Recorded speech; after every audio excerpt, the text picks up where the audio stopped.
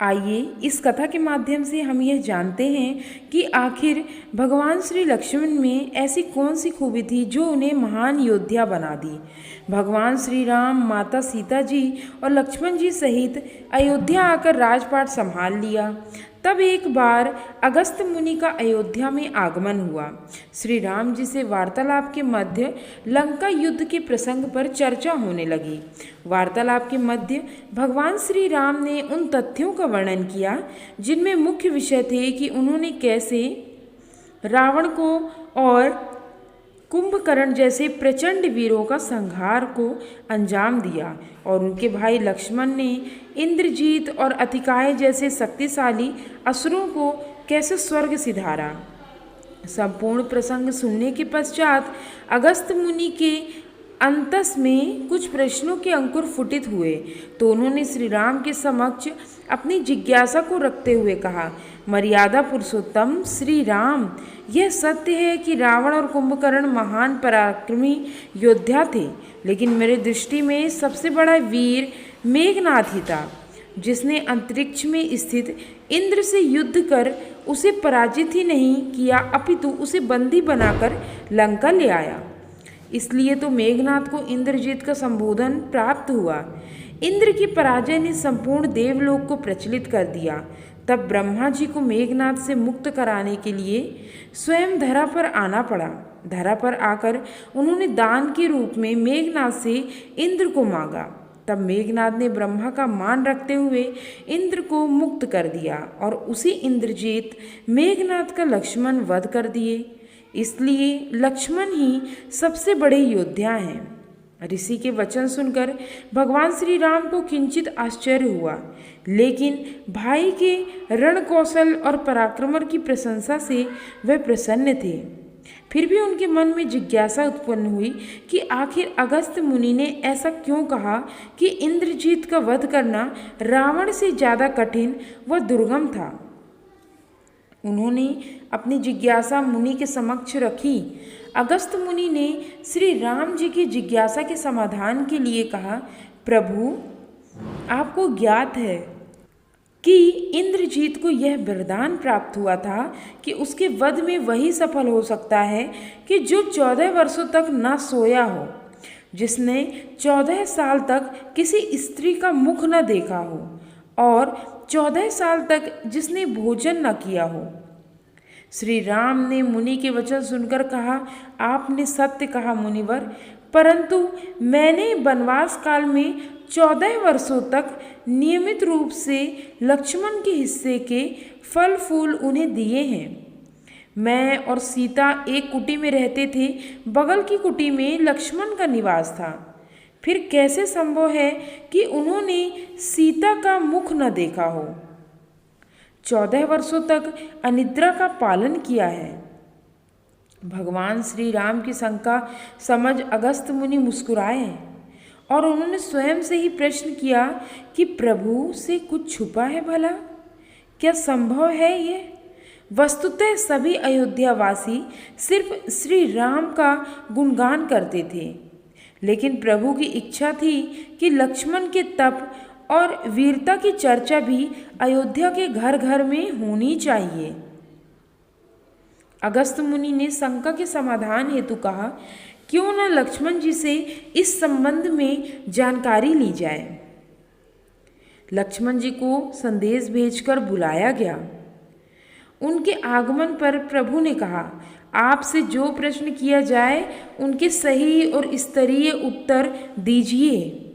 परम पूज्य पिताश्री के आदेश पर हम तीनों 14 वर्षों के वनवास पर साथ गए और साथ रहे। फिर आपने सीता का मुख कैसे नहीं देखा? आपको आहार के लिए फल दिए गए, फिर भी आप अनाहारी कैसे रहे? और 14 साल तक आपने निद्रा का दमन कैसे किया? यह सब कैसे संभव हुआ? लक्ष्मण जी ने बिना समय बिताए तुरंत बताया, भैया, जब हम माता की तलाश में ऋषिम्यूक पर्वत पहुँचे तब सुग्रीव ने हमें माता के आभूषण दिखाए थे। आपको स्मरण होगा भैया कि मैंने सिर्फ उनके पैरों के नुपुर को ही पहचान पाया था। शेष आभूषण आपने पहचाने, क्योंकि मेरी कभी भी उनके चरणों के ऊपर दृष्टि गई ही नहीं। लक्ष्मण ने आगे कहा, 14 वर्ष नहीं, सोने के विषय में भी जान लीजिए। आप और माता एक कुटिया में सोते थे। मैं रात भर बाहर धनुष पर बाण चढ़ाए पहरेदारी करता था। निद्रा ने मेरी आंखों पर कब्जा करने का प्रयास किया तो मैंने निद्रा को अपने बाणों से आहत कर दिया था। निद्रा ने हार कर स्वीकार कर कहा कि वह 14 वर्ष तक मुझे स्पर्श नहीं करेगी। लेकिन जब आपका अयोध्या आगमन पर राज्य अभिषेक हो रहा था, तब मैं आपके पीछे सेवक की तरह छत्र लिए खड़ा था। आपको याद होगा कि राज्य अभिषेक के समय मेरे हाथ से छत्र गिर गया था। कुछ पल रुक कर लक्ष्मण बोले, अब मैं 14 साल तक अनाहारी कैसे रहा यह भी जान लीजिए। वन से मेरे लाए फल फूल आप 3 भागों में विभक्त करते थे। उनमें से एक भाग देकर आपने सदैव यही कहा कि लक्ष्मण फल रख लो। आपने कभी फल खाने के लिए नहीं कहा, तो मैं उन्हें आपकी आज्ञा के बिना कैसे भक्षण करता। मैंने उन्हें संभाल कर हमेशा कुटिया में रख दिया। सभी फल उसी कुटिया में अभी भी सुरक्षित होंगे। प्रभु राम जी और मुनि के आदेश पर लक्ष्मण जी चित्रकूट की कुटिया से वे सारे फलों को ले आए। उन फलों की गिनती की गई तो 7 दिन के हिस्से के फल गायब थे।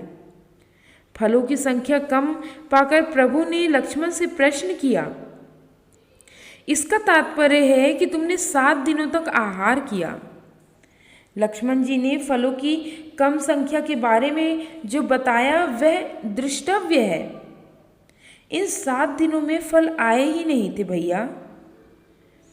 एक दिन जिस दिन हमें पिताश्री के स्वर्गवास होने की सूचना मिली, दूसरा दिन जिस दिन रावण ने माता का हरण किया उस दिन फल लाने में गया ही नहीं था, तीसरा दिन जिस दिन समुद्र की साधना कर आप उससे राह मांग रहे थे उस दिन उपवास था सबका भैया, चौथा दिन जिस दिन आप इंद्रजीत के नागपास में बंधकर दिन भर अचेत रहे उस रोज कोई फल लेने गया नहीं, पांचवा जिस दिन इंद्रजीत मेघनाथ ने मायावी सीता माँ को काटा था हम सभी शोक में रहे, छठवां दिन जिस दिन मेघनाथ ने मुझ पर शक्ति का प्रहार किया तो फल आए ही नहीं, और 7वां दिन जिस दिन आपने रावण का वध किया उस दिन किसी को भोजन की सुध ही नहीं थी।